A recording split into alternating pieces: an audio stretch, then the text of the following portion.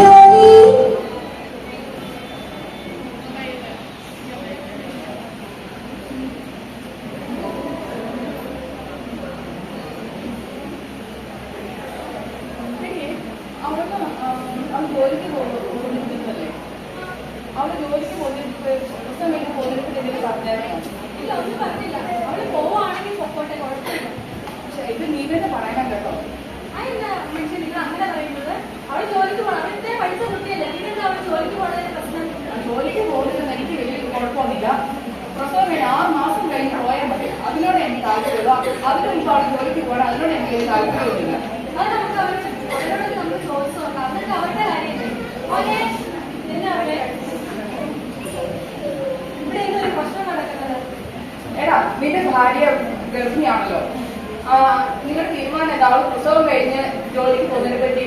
അച്ഛൻ ഞങ്ങൾ അതിനെപ്പറ്റി സംസാരിച്ചായിരുന്നു. അവളെ എന്റെ അടുത്ത് ചോദിച്ച് ജോലിക്ക് പോകട്ടെ. ഞാൻ പറഞ്ഞു പോയിട്ട് അവൾ ഇത്രയും പഠിച്ചതല്ലേ അച്ഛാ, നമ്മൾ 3 പേരുണ്ടല്ലോ കുഞ്ഞിനെ നോക്കാനായിട്ട്, നമുക്ക് നോക്കാലോ. ഓക്കെ, സമ്മതിച്ചു. അവള് 6 മാസം പ്രസവം കഴിഞ്ഞ് 6 മാസം കഴിഞ്ഞ് ജോലിക്ക് പോകുന്നതിലാണ് എനിക്ക് താല്പര്യം, ഇവർക്കും താല്പര്യം. അതിന്റെ ഇടയ്ക്ക് വല്ലതും അവള് ജോലിക്ക് പോവാണെങ്കിൽ ഞങ്ങൾക്ക് വലിയ താല്പര്യമൊന്നുമില്ല കേട്ടോ. അച്ഛാ അതിന് സമയമുണ്ടല്ലോ, നമുക്ക് അതിനെപ്പറ്റി ചിന്തിക്കാം. പക്ഷെ അവള് ജോലിക്ക് പോകുന്ന സമയത്ത് കൊച്ചിന് കാലുകളുടെ കാര്യം എന്താ? അച്ഛാ അതിന് സമയമുണ്ടല്ലോ, നമുക്ക് അതിനെപ്പറ്റി അന്നേരം സംസാരിക്കാം.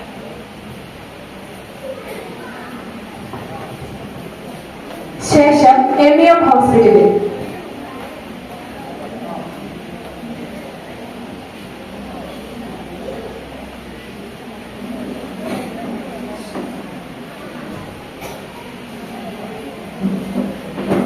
ശേഖരൻപിള്ളയുടെ വീട്.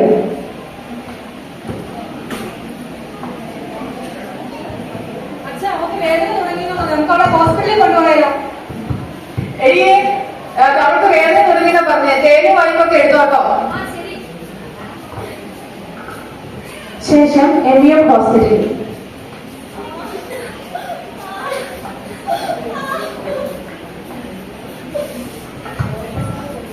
സിസ്റ്ററെ അവർക്ക് നല്ല വേദന വരുന്നുണ്ട്.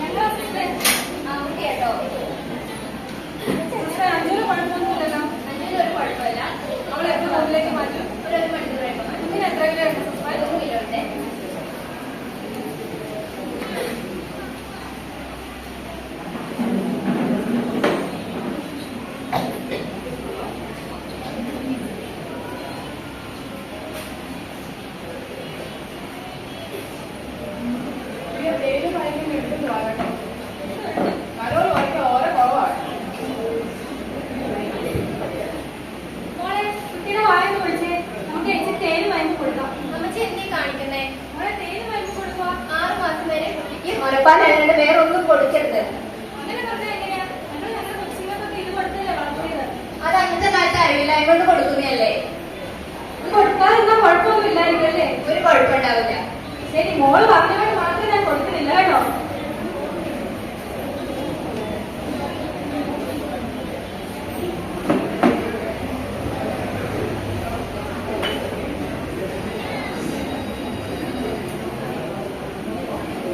മൂന്ന് മാസങ്ങൾക്ക് ശേഷം ശേഖരപള്ളിയുടെ വീട്. രാജേഷേട്ടാ, എന്തായി? രാജേഷേട്ടാ, ഞാൻ ജോലിക്ക് പോവാണേ. അതിനെന്താ ഒരു കുഴപ്പമില്ല, നീ ജോലിക്ക് വരും. രാജേഷേട്ടാ, എന്റെ വയറൊന്നും രാജേഷേട്ടാ, എന്റെ വയറൊക്കെ കുറഞ്ഞാൽ സുന്ദരിയായിട്ടുണ്ട്. നിങ്ങൾക്ക് വേദന ഉണ്ടാകുന്നുണ്ടല്ലോ, അതൊന്നും നീ കാര്യമാക്കണ്ട, നീ ജോലിക്ക് വരും. നമുക്ക് പോവാം, എനിക്ക് പോവാൻ സമയമായി. അമ്മേ, അമ്മ കുറിച്ച് കുത്തിമാറ്റി വെച്ചിട്ട് കൊടുത്തേക്ക് കേട്ടോ.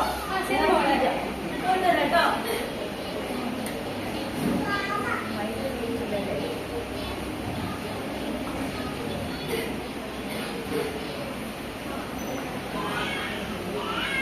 കൊച്ചിനെ കരയുന്നേ?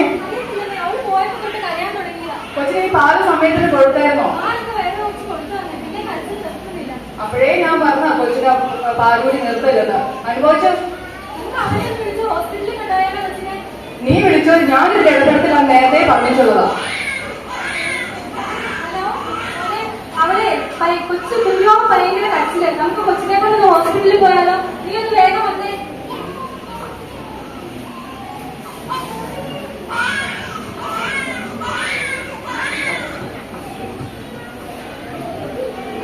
കുഞ്ഞിനെന്താ പറ്റുന്നത്? കുഞ്ഞെന്താ കരയുന്നത്? പോയപ്പോ തൊട്ട് കുഞ്ഞ് കരയാൻ തുടങ്ങിയത്, ഇതുവരെ കരച്ചിൽ നിർത്തിയിട്ടില്ല. എന്നാ നമുക്ക് ഹോസ്പിറ്റലിൽ കൊണ്ടുപോവാം. ആ, ശരി.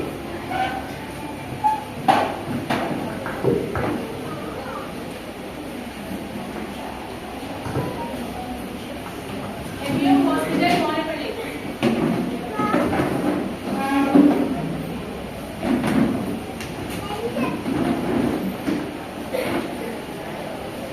ഡോക്ടറെ, നമുക്കൊരു പേഷ്യന്റ് ഉണ്ട് കേട്ടോ, വോമിറ്റിംഗ് ആയിട്ട് വന്നാണേ.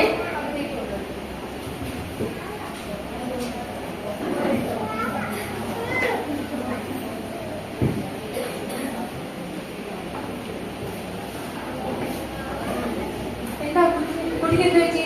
കുട്ടി രാവിലെ തൊട്ട് കരച്ചിൽ തുടങ്ങിയതാണ്. ഞങ്ങൾ പാലൊക്കെ കൊടുത്തായിരുന്നേ, പിന്നെ കരച്ചിൽ നിർത്തുന്നില്ല. കുട്ടി ഇപ്പൊ എത്ര മാസമായി? 3 മാസമായി ഡോക്ടറെ. 3 മാസവും. സിസ്റ്റർ, ഇതിന്റെ വെയിറ്റ് നോക്കൂ. ഡോക്ടറെ, കൊച്ചിന്റെ അമ്മയാണെങ്കിൽ ഇപ്പൊ ജോലിക്ക് പോവാണ്. കൊച്ചുണ്ടായിട്ട് 3 മാസമായി. പക്ഷെ ഞാൻ അവളോട് പറഞ്ഞാണ് 6 മാസം വരെ കൊച്ചിന് പാലുകൂടി കൊടുക്കണം, മാറ്റില്ലെന്നൊക്കെ. പക്ഷെ ഇപ്പോഴത്തെ പുതിയ തലമുറ ആയതുകൊണ്ട് നമുക്ക് പറയാവുന്ന പരമാവധി നമുക്ക് പറയാൻ പറ്റുള്ളൂ. കുട്ടിക്ക് ജനിച്ചത് എത്ര വെയിറ്റ് ഉണ്ടായിരുന്നു? 3 കിലോ തന്നെയായിരുന്നു ഡോക്ടറെ. 3 കിലോയോ? അതെ ഡോക്ടറെ. അപ്പൊ കുഞ്ഞിന് നിങ്ങൾ എന്താണ് കൊടുക്കുന്നത്? കുഞ്ഞിന് ഞങ്ങൾ പൊടിപ്പാല് കൊടുക്കുന്നുണ്ട്, സെർലാക്സ് കൊടുക്കും, എല്ലാ സാധനവും കൊടുക്കുന്നുണ്ട് വെയിറ്റ് വെക്കാനുള്ള. 3 മാസമായപ്പോഴത്തേക്ക് കൊടുക്കാലോ? അതെ ഡോക്ടർ. കുട്ടിയുടെ അമ്മ വീട്ടിൽ കുട്ടിയുടെ അമ്മ 3 മാസം ആയപ്പോ തൊട്ടേ ജോലിക്ക് പോകാൻ വേണ്ടി. എനിക്ക് കുട്ടിയുടെ അമ്മയെ ഇപ്പൊ കാണണം. നിങ്ങൾ ഇപ്പൊ തന്നെ കുഞ്ഞിന്റെ അമ്മയെ വിളിക്കും. എനിക്ക് അവരോട് സംസാരിക്കണം. ഞാൻ അവിടെ വിളിച്ചിട്ടുണ്ടായിരുന്നു, അവിടെ വരുന്ന വഴിയാണ്. നിങ്ങൾക്ക് എത്ര കുട്ടികളുണ്ട്? എനിക്ക് 2 കുട്ടികളാണ് ഡോക്ടറെ. നിങ്ങൾ അവരെ മുലയൂട്ടിയിട്ടില്ലേ? അന്നത്തെ കാലത്ത് എനിക്ക് ജോലിയൊന്നും ഇല്ലായിരുന്നല്ലോ, അതുകൊണ്ട് ഞാൻ മുലയൂട്ടി തന്നെയാണ് വളർത്തിയത്. എന്ന് പറഞ്ഞാൽ നിങ്ങൾക്ക് നിങ്ങളുടെ മക്കളെ ഇതൊക്കെ പറഞ്ഞു ബോധിപ്പിക്കേണ്ട ഒരു ഉത്തരവാദിത്വമില്ല. ഞാനേ അവളോട് പറഞ്ഞായിരുന്നു, പിന്നെ അവള് ചോദിച്ചു ഇത്രയും പഠിച്ചതല്ലേ, അപ്പൊ പിന്നെ ഞാൻ പറഞ്ഞു പൊക്കോളാൻ പറഞ്ഞു ജോലിക്ക്. പറഞ്ഞാൽ മനസ്സിലാവില്ല ഈ കാലത്ത്. നിങ്ങളാണോ കുട്ടിയുടെ അമ്മ? കുട്ടീനെ അമ്മയുടെ കയ്യിൽ കൊടുക്കും. നിങ്ങളെല്ലാവരും തൽക്കാലം ഒന്ന് പറഞ്ഞു. നിങ്ങളുടെ കുട്ടി ജനിച്ചപ്പോ എത്ര കിലോ വെയിറ്റ് ഉണ്ടെന്ന് അറിയാമോ? 3 കിലോ ഉണ്ടായിരുന്നു. ഇപ്പോഴത്തെ കുട്ടിയുടെ വെയിറ്റ് എത്രയാണെന്ന് അറിയാമോ? കുട്ടിക്ക് ഇപ്പോഴും 3 കിലോയാണ്. അതായത് വെയിറ്റ് കൂടിയിട്ടില്ല. ഇത് എന്തുകൊണ്ടാണ്? നിങ്ങൾ കുട്ടീനെ ഫീഡ് ചെയ്യാറില്ലേ? ഞാൻ 3 മാസം വരെ നന്നായിട്ട് നോക്കിയിട്ടായിരുന്നു ഡോക്ടറെ. 3 മാസം ഞാൻ ജോലിക്ക് പോകാൻ തുടങ്ങി. 3 മാസം വരെ നോക്കി കാണുന്നില്ല. നിങ്ങൾ ഇപ്പോഴും കുട്ടീനെ ഫീഡ് ചെയ്യുന്നില്ല എന്ന് ചോദിച്ചു. മുലപ്പാല് തന്നെ ഫീഡ് ചെയ്യണം. നിങ്ങൾ കൊടുക്കാറുണ്ടോ? ഇന്നത്തെ തലമുറയുടെ പ്രശ്നം ഇതാണ്. നിങ്ങൾ ആരും കുട്ടികളെ ഫീഡ് ചെയ്യാറില്ല. എല്ലാവരും പൊടിപ്പാല് കഴിക്കാണ് കൊടുക്കുന്നത്. സിസ്റ്റർ ഇവരുടെ റിലേറ്റീവ്സിനെ കൂടി വിളിക്കും. നിങ്ങൾ എല്ലാവരോടുമായിട്ട് ഞാൻ ചില കാര്യങ്ങൾ പറഞ്ഞുതരാം.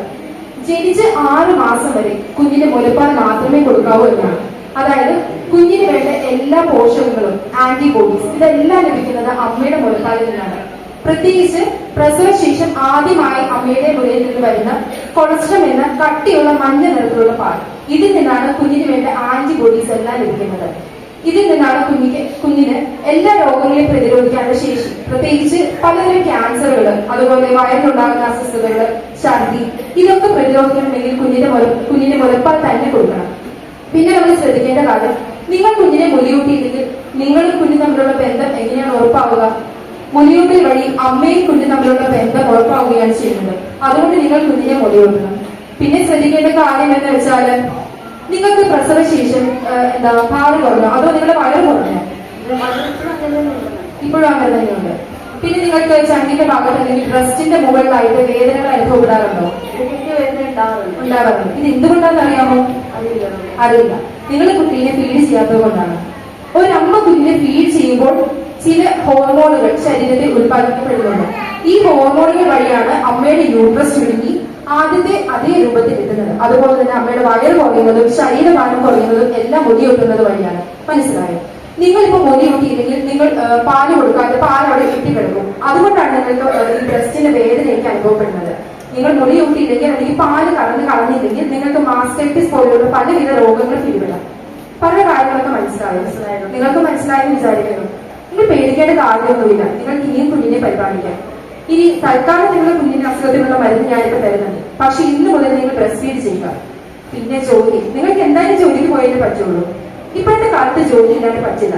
പക്ഷെ എന്നാലും മുലയൂട്ടിക്കൊണ്ട് അമ്മയുടെ മുലപ്പാൽ തന്നെ കുഞ്ഞിന് നൽകിക്കൊണ്ട് നമുക്ക് കുഞ്ഞിനെ പരിപാലിക്കാൻ പറ്റുമല്ലോ. അതിന് ഇപ്പോഴത്തെ ലോകത്ത് ചില വഴികളുണ്ട്. ഒന്നാമത്തെ കാര്യം, അമ്മയുടെ മുലപ്പാൽ നമ്മൾക്ക് ഇപ്പൊ കറന്ന് സൂക്ഷിക്കാവുന്നതാണ്. അതായത് ഒന്നാമത്തെ വഴി എന്ന് പറഞ്ഞാൽ നമ്മൾ കൈകൾ നന്നായി സോപ്പിട്ട് കഴുകി വൃത്തിയാക്കുക. അതിനുശേഷം അമ്മ തന്റെ മുലപ്പാൽ വൃത്തിയുള്ള സ്റ്റീൽ പാത്രത്തിലോ സിലിക്കോൺ പാത്രത്തിലോ ശേഖരിച്ച് വെക്കുക, കറന്ന് ശേഖരിച്ച് വെക്കുക. ഈ മുലപ്പാൽ അന്തരീക്ഷ ഊഷ്മാവിൽ ഒരു 3-4 മണിക്കൂർ വരെ കേടാകാതിരിക്കും. ഇനി ഫ്രിഡ്ജിൽ സൂക്ഷിക്കണമെങ്കിൽ നമുക്ക് അങ്ങനെ വെക്കാം. പക്ഷെ ഒരു 3-4 ദിവസം വരെ ഇത് കേടാകാതിരിക്കും. ശ്രദ്ധിക്കേണ്ട കാര്യം എന്താണെന്ന് വെച്ചാൽ, ഒരിക്കലും ഫ്രിഡ്ജിന്റെ ഫ്രീസറിനുള്ളിൽ മുലപ്പാൽ സൂക്ഷിക്കാതിരിക്കുക. പിന്നെ മുലപ്പാൽ എടുത്ത് ഉപയോഗിക്കുന്ന വിധം, നിങ്ങൾ മുലപ്പാൽ നേരെ ഫ്രിഡ്ജിൽ നിന്നെടുത്ത് നേരെ ചൂടാക്കരുത്. അതായത് ഈ ഓവനിൽ ചൂടാക്കി എടുക്കുക, അല്ലെങ്കിൽ നേരെ തിളപ്പിച്ചെടുക്കുക. ഇതൊക്കെ അതിന്റെ ഉള്ളിലെ ഔഷധ ഗുണങ്ങൾ നശിപ്പിക്കും. പോരാത്തിന് ആ പാല് കേടായി പോകും. നിങ്ങൾ ചെയ്യേണ്ടത് എന്താണ്? തിളച്ച വെള്ളത്തിൽ അല്ലെങ്കിൽ ചൂടായ വെള്ളത്തിൽ ഈ മുലപ്പാൽ നമ്മൾ ശേഖരിച്ച് വെച്ച പാത്രം ഇറക്കി വെച്ച് അങ്ങനെ അതിന്റെ തണുപ്പ് മാറ്റിയെടുക്കുക. അതാണ് ഒന്നാമത്തെ വഴി.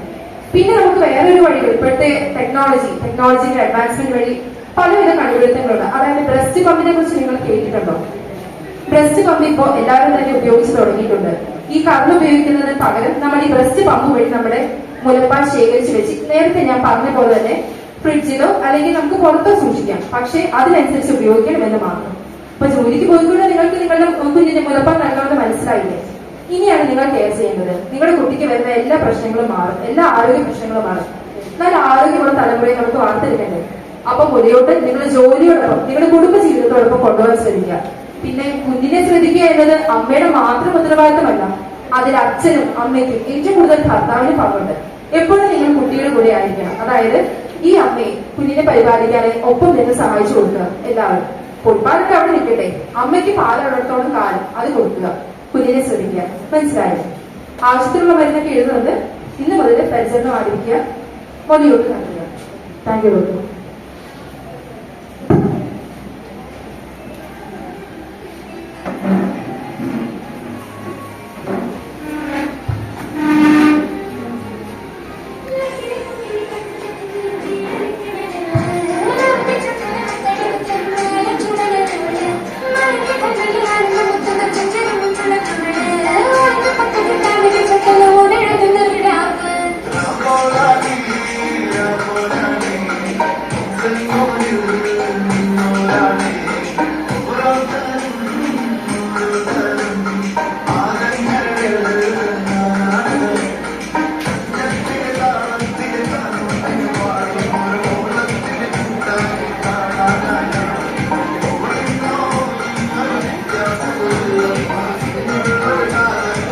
നന്നാവണം